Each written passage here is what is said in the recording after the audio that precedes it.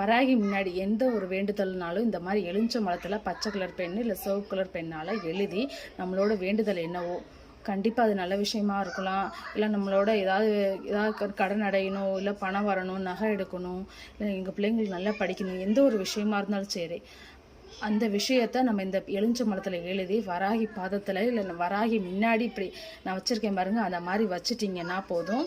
அந்த எலுமிச்சம்பழம் காயிறக்குள்ளேயும் கண்டிப்பாக நம்மளோட வேண்டுதல் நிறைவேறும். நான் எழுதி வச்சுருக்கேன், எனக்கு நடந்திருக்கு. நீங்களும் எழுதி வைங்க, கண்டிப்பாக உங்களுக்கு நடக்கும். பச்சை கலர் பென், நான் பச்சை கலர் பேனாட்டு எழுதியிருக்கேன், நான் லைட்டாக தான் எழுதியிருக்கேன்.